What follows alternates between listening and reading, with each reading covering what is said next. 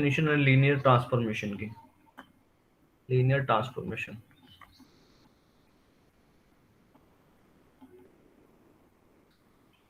तो क्या होता है, लीनियर ट्रांसफॉर्मेशन में आपके पास दो वेक्टर स्पेस होते हैं।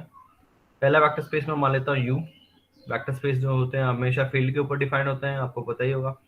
वी एक अनदर वेक्टर स्पेस है जो कि फील्ड के ऊपर डिफाइंड है। देन एक मैप हम डिफाइन करते हैं T from the vector space U और फील्ड एफ टू वी और फील्ड एफ। ठीक है, that satisfy the following to conditions. अगर वो दो कंडीशन सेटिस्फाई करता है तब वो आपका लीनियर ट्रांसफॉर्मेशन कहलाता है। तो पहली जो कंडीशन होती है वो होती है additive property. T of x plus Y is same as T of x plus T of Y for every X Y belong to the vector space U, domain में बिलोंग करता है। एंड सेकंड प्रॉपर्टी होती है T of alpha X is alpha time T of X होता है वो आपका field से बिलोंग करता है। Alpha is an element from the field and X is an member of U. X is a member of U और the field F. इन दोनों को अगर हम कंबाइन भी कर सकते हैं, सिंपल करना है तो इन दोनों को हम जनरली कुछ बुक में क्या होता है दोनों के में स्केलर मल्टीप्लाई कर देते हैं। T of alpha X plus beta Y is same as T of alpha time T of x plus beta time T of Y for every X comma Y belong to the vector space जो कि आपका you है। And alpha beta जो है वो आपके belong करते हैं फील्ड से। और इसको भी कुछ बुक्स में सेकंड वाले को भी नहीं लेते हैं, हम कंसिडर नहीं करते हैं कंबाइन करने के बाद, क्योंकि एक में ही हमारा काम चल जाता है। तो T of alpha X plus Y, तो यहाँ से अगर हम देखेंगे तो स्केलर वाली प्रॉपर्टी इसके ये साथ हमने यहाँ पे ऐड कर दी है और ये हमारे पास दोनों की एडिटिव प्रॉपर्टी है। Alpha X plus Y is same as alpha time T of x plus T of Y for every X Y belong to the vector space U और the field F and alpha is an member of field. तो अगर ये condition satisfy करेंगे तो जो आपका map है वो आपका लीनियर ट्रांसफॉर्मेशन कहलाता है। कहते हैं लेट यू जो है वो है आपका R2 over the field R, ये आपका एक वेक्टर स्पेस है। एंड सेकंड वो भी हम ले लेते हैं V जो है वो भी हम ले लेते हैं R2 ओवर R। दो वेक्टर स्पेस हो गए आपके, दोनों सेम है, यहाँ पे फील्ड तो आपका सेम होना ही होना है। ठीक है, तो U and V are the two vector space. Then we define a map from T from R2 over R to R2 over R. Map define करते हैं such that T of x, y is 2x x plus y, y। क्या ये linear transformation है? अगर मैं ले लेता हूँ x1 y1, सेकेंड मैं ले लेता हूँ कैपिटल y ले लेता हूँ, इसको हम ले लेते हैं x2 y2। देन हमें शो करना है T of capital x plus y is same as T of x plus T of y। And second हमें शो करना है T of alpha x is same as alpha time T of capital X for every capital X y is belonging to, ये कहाँ का member है, R2 over R। और you can say U और B दोनों same ही है हमारे पास यहाँ पे। और अल्फा जो होगा वो आपका फील्ड का मेंबर है, फील्ड यहाँ पे आपका सेट ऑफ रियल नंबर है। तो ये आपको प्रॉपर्टी सेटिस्फाई करवानी पड़ेंगी। तो प्रूफ कराने के लिए मान लेते हैं, चलो एक देख लेते हैं। कैपिटल एक्स हमने ये डिफाइन किया, तो टी ऑफ एक्स कितना होगा, टी ऑफ एक्स कितना होगा हमारे पास, x1 y1 है, x1 plus y1 twice x1 plus y1 comma y1। T of y अगर आप निकालेंगे कितना आएगा, T of small x2 comma y2 that is 2x2 plus y2 comma y2। अब हमें क्या शो करना है, T of x plus T of y। अगर आप करेंगे T of capital x plus T of y, ये आपको होगा राइट हैंड साइड। यहाँ पे राइट हैंड साइड हमारे पास कितना मिलेगा, कंपोनेंट वाइज ऐड करेंगे तो ये आपका पहला टपल के साथ ऐड होगा, ये आपका सेकंड टपल के साथ ऐड होगा। तो यहाँ से कितना आएगा, twice x1 plus twice x2 plus y1 plus y2 and यहाँ से आपका मिलेगा y1 प्लस y2। अगर आप लेफ्ट हैंड साइड निकालेंगे तो लेफ्ट हैंड साइड में क्या करना पड़ेगा, पहले आपको x प्लस वाई निकालना पड़ता है। तो कैपिटल x प्लस वाई कितना हो जाएगा, टपल वाइज ऐड होंगे, तो it will be x1 plus x2 comma y1 plus y2। And अब आप टी इस पे अप्लाई करेंगे तो T of x plus Y will be equal to, आप टी इस पे अप्लाई करेंगे तो टी इस पे अप्लाई करेंगे तो क्या है यहाँ पे, 2 टाइम पहला tuple plus second tuple and comma second tuple. तो पहले टपल को हमें मल्टीप्लाई करना है 2 से प्लस सेकेंड टपल। तो पहला टपल है हमारा ये, इसको 2 से मल्टीप्लाई करना है, x1 plus x2 and second tuple हमें ऐड करना है, एंड सेकंड में आएगा आपका सेकंड टपल। तो क्या ये सेम है? Yes, sir. ठीक है, तो Yes, सिमिलरली sir. आप वेरीफाई करेंगे T of alpha X is alpha time T of X. तो ये कंडीशन आपकी सेटिस्फाई हो जाएंगी for every alpha belonging to the R and X belonging to the capital X है, capital X belonging to R two. तो ये condition आपकी satisfy हो जाएंगी, therefore T is a linear transformation. ये वेक्टर स्पेस है, ये आपका दूसरा वेक्टर स्पेस है। तो टी ऑफ यहाँ पे क्योंकि एन टपल आएंगे, आर एन है, एन टपल आएंगे, x1 मान लेते हैं, x1 वाली में टर्म मान लेते हैं x1 x2 x3 up to xn। और यहाँ पे जब जो आपके पास जो एलिमेंट जाएगा ट्रांसफॉर्म होने के बाद, यहाँ पे m टपल आएंगे, पहला टपल, दूसरा, तीसरा और लास्ट m टपल होंगे। ठीक है, तो m टपल होंगे। अब यहाँ पे जो टपल आएंगे वो किस फॉर्म के आएंगे? इनके लीनियर कॉम्बिनेशन की फॉर्म के आएंगे, a1 x1 plus a2 x2 plus plus an xn। Similarly ये टपल जो होगा वो भी आपका b1 x1 plus b2 x2 plus plus bn xn की फॉर्म का होगा, एंड ये लास्ट वाला जब टपल होगा वो भी आपका इसी फॉर्म का होगा। यानी कि ईच टपल, पहला टपल इनके लीनियर कॉम्बिनेशन में, दूसरा tuple is a linear combination of this. जितने भी टपल होंगे सारे सारे इनके लीनियर कॉम्बिनेशन के फॉर्म के होंगे। तो ये आपका रिजल्ट है कि T is a linear transformation, T is a linear transformation if and only if each tuple is a linear combination of जो आपके ये टपल वेक्टर्स कह लीजिए। तो T is a linear transformation if and only if each is a linear combination of vector जो होगा आपका यहाँ का होगा। ठीक है, पहले हमारे पास कि T जो है हमारे पास R2 ओवर R से लेके R2 ओवर R पे था, लीनियर मैप था। Then such that T of x, y is defined as 2 time of x plus y, y। तो क्या ये लीनियर ट्रांसफॉर्मेशन है? ये आपका n है, ये आपका m है, m और n दोनों यहाँ पे इक्वल है, डिफरेंट भी हो सकते हैं। So this map is a linear map if and only if each tuple, पहला टपल लेंगे, क्या इनके लीनियर कॉम्बिनेशन में है? यस, क्योंकि इसको मैं लिख देता हूँ 2 time of x plus 1 time of y। क्या ये जो टपल है क्या इनके लीनियर कॉम्बिनेशन का है? Yes, 0 time of x plus 1 time of y। So every tuple of the codomain is a linear combination of this vector. ठीक है, so this is a linear transformation. Similarly, अगर मैं बात करता हूँ T from सेम है R2 over R, तो मैं डिफाइन करता हूँ T of x, y is x, months का y। तो क्या ये लीनियर मैप है?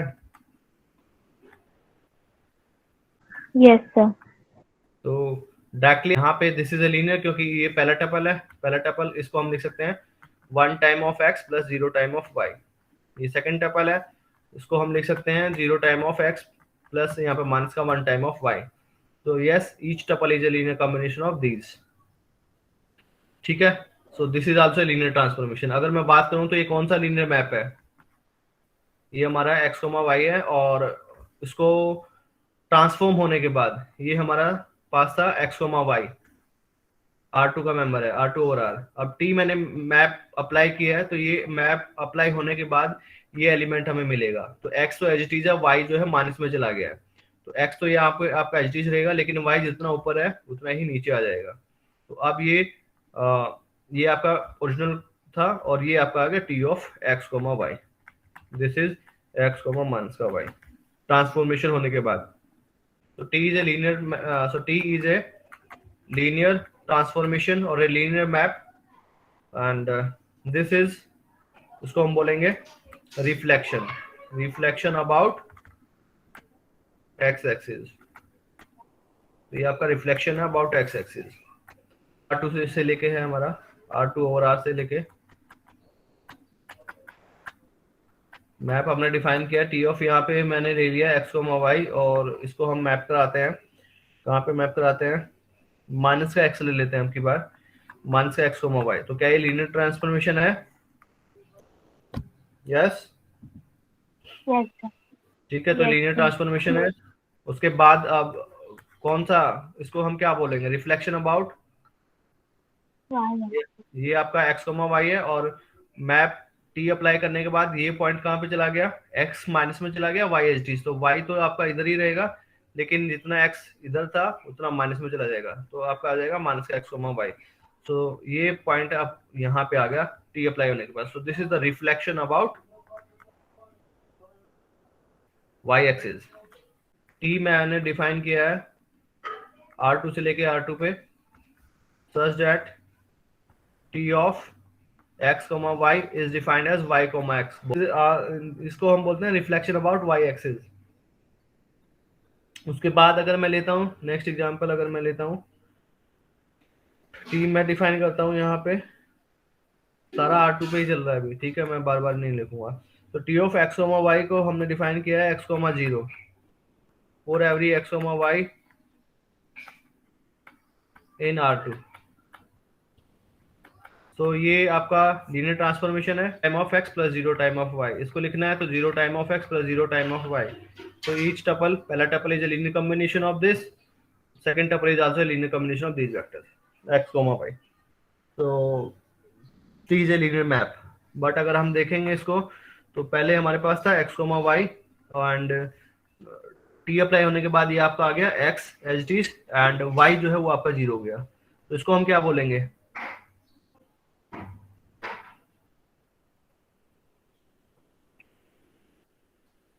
ये पहले यहाँ पे था अब यहाँ पे आ गया है, क्या बोलेंगे इसको, मैप, Projection.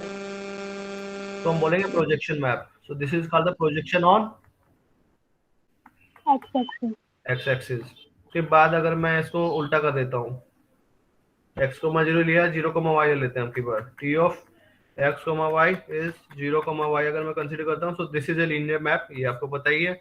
बट अब क्या है, x, y आपका ये पॉइंट है और x अब आपका 0 हो गया है। x 0 हो गया, इसका मतलब ये वाली लाइन है x equal to 0, x equal to 1 2 3। तो x 0 है एंड y एच डी है, ठीक है। ये पहले पॉइंट यहाँ पे था, तो y तो एच डी है बट x की वैल्यू 0 हो गई है, तो ये पॉइंट यहाँ पे आ गया है। This is the projection on Y. Projection on y axis.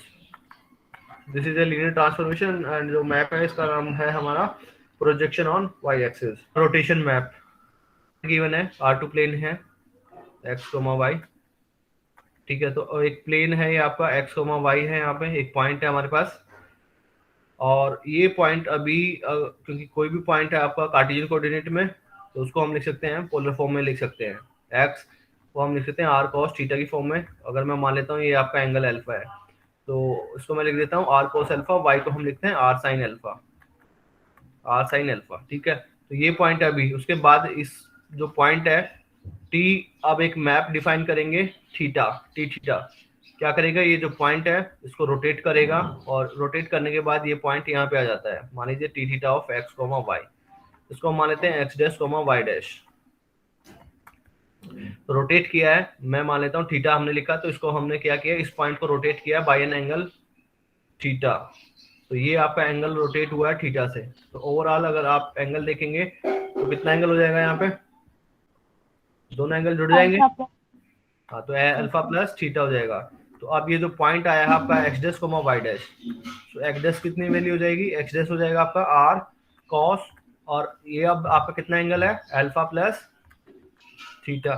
y dash कितना हो जाएगा, r sin, एंगल कितना है, अल्फा प्लस थीटा। अब आप इन दोनों को ओपन कीजिए, फॉर्मूले को ओपन कीजिए, कितना आएगा, r cos a plus b, cos a cos b minus sin a sin b, sine A sine B, ठीक है। अब इसको ओपन कीजिए साइन ए प्लस बी को, तो sign A cos B plus cos A sine B, ठीक है। ये आ जाएगा, फॉर्मूला हमने ओपन कर दिया है। अब क्या करेंगे, इसको हम लिखना है x, y की फॉर्म में ही लिखना चाहते हैं, ठीक है। तो अगर हम इसको लिखना चाहते हैं तो ये हमारे पास है r cos अल्फा, तो r cos alpha, r cos alpha ये हो गया हमारा x, and r sin alpha, r sin alpha, तो ये हमारा कितना हो गया y। तो ये जो पहला टपल है x डैश, उसको हम लिख सकते हैं किस फॉर्म में, x cos थीटा, एंड यहां से आएगा minus y sin theta. Similarly अगर हम यहाँ पे बात करेंगे तो r cos alpha, r cos alpha कहाँ पे है, ये तो ये हो गया हमारा x, and R sine alpha, ये हो गया हमारा y। तो अगर मैं इसको लिखता हूँ तो कितना आएगा, x को मैं पहले लिख देता हूँ, तो x कहाँ पे, ये वाला टर्म है, तो x साइन थीटा, एंड यहाँ पे आपका है प्लस प्लस, और ये आपका हो गया y cos थीटा, तो y cos थीटा। तो x dash comma y dash, ये आपका इस फॉर्म में आ गया, x की फॉर्म में। ठीक है, अगर मैं इसको लिख देता हूँ t ऑफ, क्योंकि हमने डिफाइन किया था t of x comma y, t theta मान लीजिए, t theta of x comma y कितना आया, x dash comma y dash, और x डैश कितना है, अब वो आपके पास है x cos थीटा माइनस का y sine theta comma x sine theta plus y cos theta, ये है। अब इसको अगर मैं मैट्रिक्स की फॉर्म में लिखना चाहूँ तो मैट्रिक्स की फॉर्म में कैसे लिखेंगे, x कॉमा y, पहला टपल यहाँ से आएगा, तो पहला टपल हम लेते हैं ये वाला, ठीक है, x इंटू दिस, तो यहाँ पे आ जाएगा cos थीटा एंड यहाँ पे आ जाएगा माइनस का sine theta.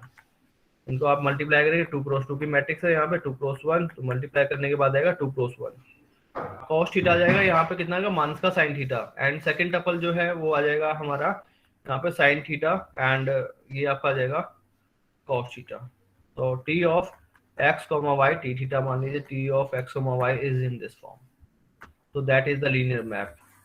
Anti clockwise rotation है, तो ये आपका आएगा ये, तो सीधा आपको ये फॉर्मूला याद होना चाहिए कि t of x, y is x, y as is, and यहाँ पे आपका होता है cos थीटा, cos से स्टार्ट करेंगे, माइनस का साइन, यहाँ पे साइन, एंड यहाँ पे cos, यहाँ पे खाली माइनस आता है, और इनको यहाँ पे ऐसे एक्सचेंज कर दीजिए, cos sine, x equal to कितना होता है, r cos थीटा, तो पहले सीधा cos थीटा यहाँ पे लिखना है, दूसरा कितना आएगा साइन थीटा, लेकिन नेगेटिव में, बाकी आप इनको इंटरचेंज कर दीजिए, बस हो गया फॉर्मूला याद।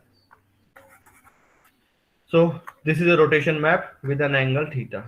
फॉर एग्जांपल अगर मैं रोटेट करता हूँ, थीटा को 90 डिग्री ले लेता हूँ यहाँ पे, तो t ऑफ x, y कितना आ जाएगा हमारे पास, यहाँ पे cos 90 कितना होता है, 0 माइनस का 1, and this is 1, and cos 90 is 0, so this is x, y, तो ये हमारे पास कितना आएगा, 0 माइनस का y, एंड यहाँ पे आ जाएगा x, यानी कि t of x, y is minus का y, x, so this is the linear map. अगर आपने क्लॉकवाइज रोटेशन किया है, क्लॉक को आप रिप्लेस कर देंगे माइनस का थीटा से, क्योंकि यहाँ पे क्या है, यहाँ पे आपका एंगल ऐड हुआ है, बट आप यहाँ पे लेके जाएंगे तो आपका एंगल जो है सब्सट्रैक्ट होगा। तो फॉर्मूला जस्ट आपको केवल एक ही याद होना चाहिए, क्लॉक एंटी क्लॉकवाइज है तो ये, और क्लॉकवाइज आता है कि क्लॉकवाइज रोटेशन किया गया है, तो जस्ट ये जो यहाँ पे थीटा, इसको आप रिप्लेस कर दीजिए माइनस का थीटा से, तो t of x, y will be equal to, यहाँ पे कितना था, cos ऑफ माइनस का थीटा हो जाएगा, यहाँ पे माइनस का था, sine of minus theta, and sine of minus का थीटा, यहाँ पे आपका हो जाएगा cos ऑफ माइनस का थीटा।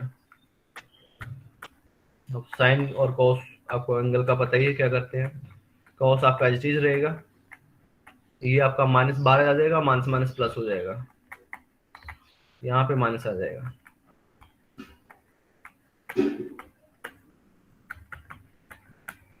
तो ये जो है आपका इम्पोर्टेंट है। टी एक मैप हम डिफाइन करेंगे, मैट्रिक्स पे हम डिफाइन करते हैं, तो लेट यू जो है एक वेक्टर स्पेस है हमारे पास ओवर द फील्ड एफ, उसको हमने डिफाइन कर दिया set of all M cross N matrices, M cross N matrices over the field F, V हम डिफाइन करते हैं ओवर द फील्ड एफ, कितना लेते हैं, N cross M, N cross M over the field F, ये क्या होंगी, set of all matrices, set of all m cross n matrices, and the entries जो होंगी with entries from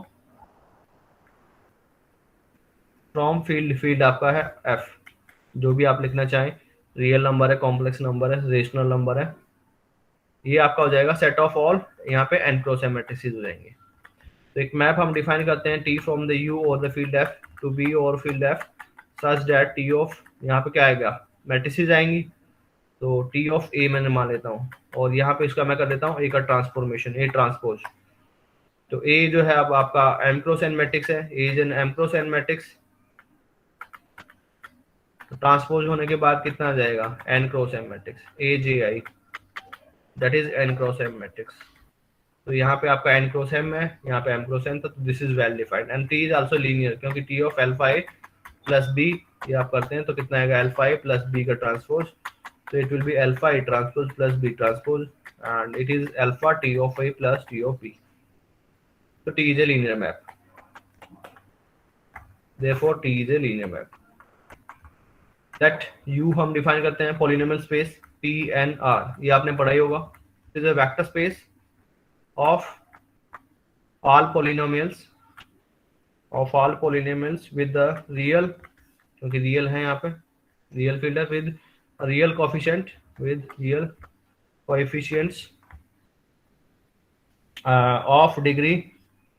of degree at most n, or you can say of degree less than equal to n. ठीक है, तो उसके बाद v हम define कर लेते हैं. v मैं ले लेता हूँ Pn माइनस का 1R, तो यहाँ पे आपका आएगा vector space of all polynomial with the real coefficient of degree less than equal to n minus का 1. ठीक है, तो मैप हम डिफाइन करते हैं t from the u to v, field same है दोनों का. पॉलिनोमियल है तो मैं डिफाइन कर लेता हूँ pfx, जनरली p से हम रिप्रेजेंट करते हैं पॉलिनोमियल को, px qx and so on. तो t ऑफ px इज, यहाँ पे क्या करते हैं, p का डेरिवेटिव मैं ले लेता हूँ, p डेरिवेटिव x, और you can say d by D x of px, क्योंकि ये n डिग्री का पॉलिनोमियल होगा. मैक्सिमम अगर n डिग्री का पॉलिनोमियल है तो एक डेरिवेटिव लेंगे तो उसकी एक जो पावर है वो कम हो जाएगी. तो डेरिवेटिव लेने के बाद ये जो पॉलिनोमियल आएगा वो आपका यहाँ पे आएगा, n-1 डिग्री पॉलिनोमियल में आ जाएगा. तो this is also well defined. और ये आपको पता ही है अल्फा एफ प्लस जी का डेरिवेटिव कितना होता है, derivative alpha F derivative plus G derivative. यहाँ पे अगर आप कंसिडर करेंगे अल्फा पी प्लस क्यू, दो पॉलिनोमियल है एक्स, तो it will be alpha P plus Q of X. Totally का डेरिवेटिव आप करेंगे तो कितना आ जाएगा, अल्फा पी का derivative plus Q derivative, that is alpha T of P plus T of Q. Therefore T is also linear map. Next एक map हम डिफाइन करते हैं, u को मैंने लेता हूँ set of all continuous functions.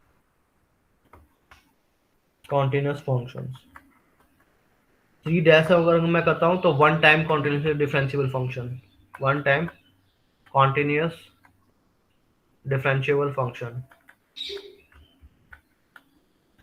C2 में करता हूँ तो two time continuously differentiable function. n करता हूँ तो n time continuously differentiable function. Infinity करता हूँ तो infinite time continuously differentiable function. For example e to the power x. CR क्या है, set of all, this represent the set of all continuous functions, set of all continuous functions on field आपका है R. ठीक है, तो V मैं define कर लेता हूँ आपका सेट ऑफ रियल नंबर. एक मैप हम डिफाइन करते हैं U से लेके V पे, सच that T of f of x, f एक जो होगा कॉन्टिन्यूस फंक्शन होगा आपका R पे. तो हम डिफाइन कर देते हैं integration a to b and f of x dx. ये आपका कोई भी कॉन्टिन्यूस फंक्शन है, जब आप इंटीग्रेशन निकालेंगे फिर उसकी लिमिट लेंगे तो it will B a real number. तो ये आपका यहाँ पे आएगा v के अंदर. ठीक है, तो this is also well defined. और ये आपको पता ही है प्रॉपर्टी, अल्फा एफ प्लस जी आप करते हैं तो इंटीग्रेशन कितना आता है, इसे लेके भी alpha F plus G D x. और इंटीग्रेशन की प्रॉपर्टी आपको पता ही अलग अलग हो जाते हैं, alpha F of x D x plus integration g of x dx a to b. So this is same as alpha t of f plus t of g. Therefore t is a linear map. अगर दोनों यहाँ पे, ये आपका u है vector space over the field f, ये आपका vector space है ओवर द फील्ड f, अगर ये डिफरेंट है और लीनियर कंडीशन सेटिस्फाई करते हैं जो हमने ऊपर डिफाइन किए हैं तो लीनियर मैप कहलाएगा या लीनियर ट्रांसफॉर्मेशन कहलाएगा. बट अगर ये दोनों सेम हो जाते हैं v टू v देन और एंड अगर ये लीनियर है तो हम बोलेंगे लीनियर ऑपरेटर. तो T is a linear operator. उसके बाद kernel and range of a linear transformation. ठीक है, सो हम एक मैप डिफाइन कर लेते हैं, let T from U over the field F to V over the field F. तो this is a linear transformation, ये हम मान लेते हैं कि this is a linear transformation है। देन कर्नल, ठीक है, so kernel is defined as all those element in the vector space U और द फील्ड एफ, यानी कि डोमेन में सच दैट टी अप्लाई करूंगा तो कोडोमेन की मुझे आइडेंटिटी मिले। रेंज कैसे डिफाइन करते हैं? रेंज के लिए आपके नोटेशन होता है आर टी। कैसे डिफाइन करेंगे? टी ऑफ एक्स, क्योंकि इमेज ही तो चाहिए हमें। So range is defined as T of X, and X होगा वो आपका मेंबर होगा कहाँ का? Your field F. So this is called the range of T. और ये आपको पता है कि कर्नल जो होता है सबस्पेस होता है इसका, क्योंकि ये कर्नल में कौन से एलिमेंट है? एक्स बिलोंगिंग टू यू, यानी कि डोमेन में। तो kernel is always a subspace of the domain and range is always a subspace of the codomain. U एक वी एक वेक्टर स्पेस गिवन आपको और a field F, and W जो है एक नॉन एम्प्टी सबसेट है। W is a non empty subset है of the vector space V over the same field F, then W is called a subspace. If W जो है वो इसके जो ऑपरेशन है V का जो ऑपरेशन है सेम ऑपरेशन में ये अपने आप में एक वेक्टर स्पेस बनाता है। वो तो बात हो गई जनरल डेफिनेशन की। उसके बाद आपने एक क्राइटेरिया भी पढ़ा होगा कि सारी प्रॉपर्टी हमें प्रूफ नहीं करनी है, केवल 3 प्रॉपर्टी से हमारा काम चल जाता है। जो है नॉन एम्प्टी सबसेट है of the vector space V और the same field, then W is called a subspace of the vector space V if W is non empty. ये तो हमने लिया ही है, W नॉन एम्प्टी है। अगर यहाँ पे मैं नॉन एम्प्टी भी नहीं लिखता हूँ तो सबसे पहला कंडीशन है कि W is a non empty subset. W जो है नॉन एम्प्टी होना चाहिए, और नॉन एम्प्टी के लिए हम क्या शो करते हैं कि इसके अंदर एडिटिव आइडेंटिटी बिलोंग करती है। एडिटिव आइडेंटिटी जनरली हम 0 से रिप्रेजेंट करते हैं कि इसके पास एडिटिव आइडेंटिटी होगी। सेकंड प्रॉपर्टी होती है कि अगर 2 एलिमेंट हमारे पास W के अंदर, for example W1 and W2, 2 element है W के अंदर, देन क्लोज्ड अंडर एडिशन, दोनों का सम भी उसके अंदर होता है। And third, alpha time of W is also a member of W। Closed under addition, closed under scalar multiplication. So ये प्रॉपर्टी हम चेक करते हैं कि W is a subspace of the vector space V और the field F if it satisfies the following 3 properties. Additive identity उसके अंदर होनी चाहिए, और 2 एलिमेंट है यहाँ के मेंबर तो उनका सम भी उसी के अंदर होना चाहिए, and closed under scalar multiplication भी होना चाहिए।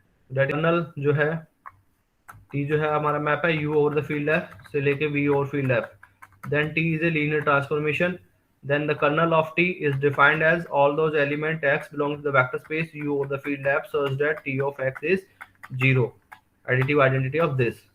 तो मुझे प्रूफ करना है कि this is a subspace. Kernel of T notation होता है ये सबस्पेस के लिए, kernel of T is a subspace of this domain.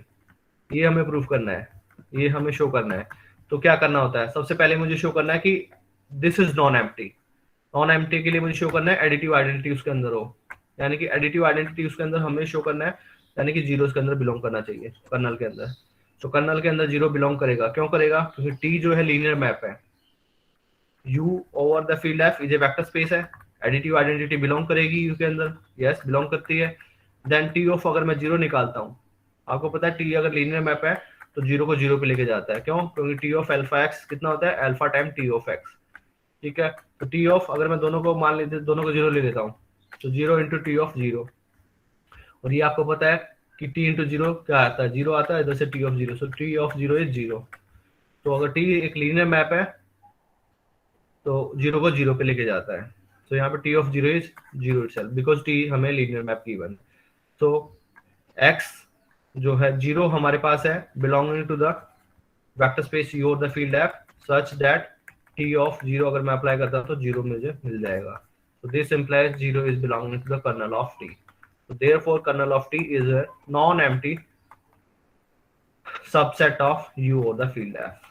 ये आपकी पहली प्रॉपर्टी है, this is the first property. Second property कि अगर 2 एलिमेंट है इसके पास, मैं मान लेता हूँ सेकंड प्रॉपर्टी में कि 2 एलिमेंट है मेरे पास x, y जो कि बिलोंग करते हैं इसके अंदर, W के अंदर बिलोंग करते हैं। W हमारा colonel T, so this is belonging to the kernel of T, so this implies T of x is 0 and T of y is 0। मुझे शो क्या करना है? मुझे शो करना है कि दोनों का सम उसके अंदर बिलोंग करे, यानी कि टू शो क्या करना है कि x plus Y is belonging to the kernel of T, ये शो करना है। दैट इज क्या शो करना है? T of x plus y has to be 0, ये शो करना है। तो अगर कंसीडर करेंगे T of x plus y and because T linear given है तो T of x plus T of y, and ये हमारे पास जीरो है, so zero plus zero is zero itself, therefore x t of x plus y is 0, so this implies x plus y belongs to the kernel of t. Similarly आप prove कर सकते हैं t of alpha x, क्योंकि third property हमें show करना है कि alpha into x is also belonging to that member. So if x belong to the kernel of t, so this implies t of x is 0. मुझे क्या show करना है, alpha time उसके अंदर बिलोंग करेगा, तो consider t time of alpha x, t is linear तो alpha time t of x, and t of x मुझे गिवन है 0, so this is 0, so this implies alpha into x is also belong to the kernel of t. Therefore तीनों property आपकी satisfy करता है, so we can say that kernel t is a subspace of the vector space u or the field f. Similarly आप proof करेंगे range of t जो होता है subspace होता है u v और the field f. Linear independent कब कहलाता है, जब लीनियर कॉम्बिनेशन जो होता है जीरो के इक्वल हम लेते हैं, देन दैट इम्प्लाइज, क्या इम्प्लाई करता है सर ये alpha I vi equal to 0 each for all. alpha is 0 for every I.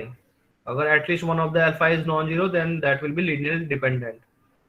and basis कब कहलाएगा, अभी आपके पास एक वेक्टर स्पेस है, बीटा जो है आपके पास एक सबसेट है v1 v2 up to vn, कुछ एलिमेंट है, then beta is called a basis of the vector space v or the field f if number 1 beta is linearly independent set. Second, beta spans v, beta spans v, that is कोई भी element में लेता हूँ vector space v का, for example v मैंने एक element ले लिया belong to the vector space v, then I can find some scalars alpha 1 alpha 2 up to alpha n belonging to the field such that v can be written in the form of, इनके linear combination में हम लिख सकते हैं alpha 1 v1 plus alpha 2 v2 plus alpha n vn, ऐसे हम लिख सकते हैं.